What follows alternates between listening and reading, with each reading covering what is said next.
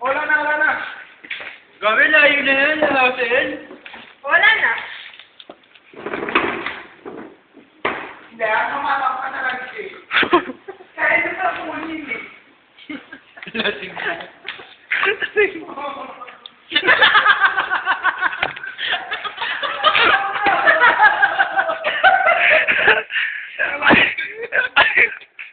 Kawawa si Raka eh. Uy, ayoko na. Next time mo naman lang to. Saka. So, kasi sinabi mo ito sa palaka. Ayoko na. Salag natin kapuha.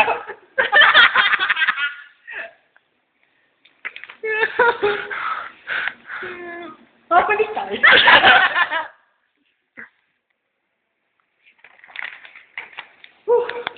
Abangan sa Facebook.